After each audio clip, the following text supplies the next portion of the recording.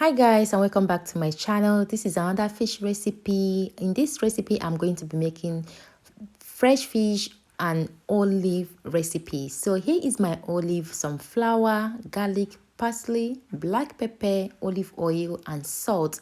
These are what I'm going to be using for this fish.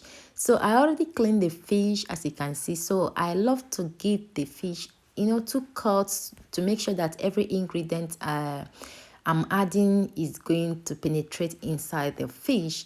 So after doing that, I'm going to be adding my green olive. You can use black olive, but green olive works better. Like I was eating it actually.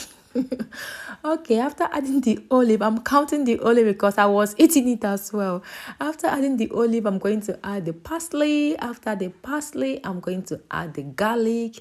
After adding the garlic, I'm going to add some black pepper. You can use red pepper for this recipe. Okay, this is Mediterranean recipe, guys, like a South Italian recipe. This recipe I got it from and grand auntie.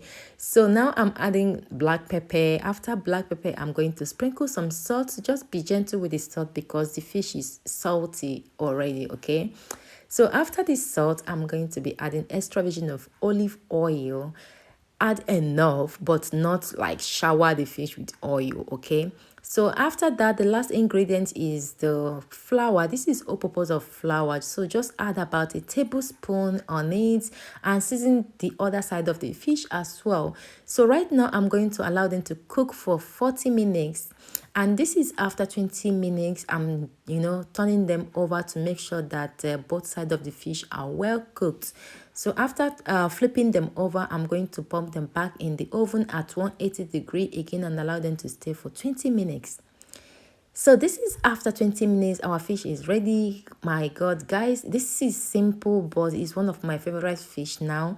I prepare fish at least twice a week in my house, and because eating fish is very good. You need to include fish into your diet. Okay, so I added rucola into my plate. Now I'm adding the fish on top of the rucola. Yes, rucola is also very good with fish.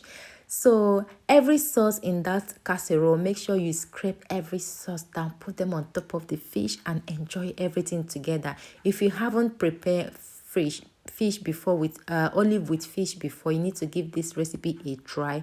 Very simple to put together, and the taste, my God, guys, you need to give it a try to understand what I'm talking about here.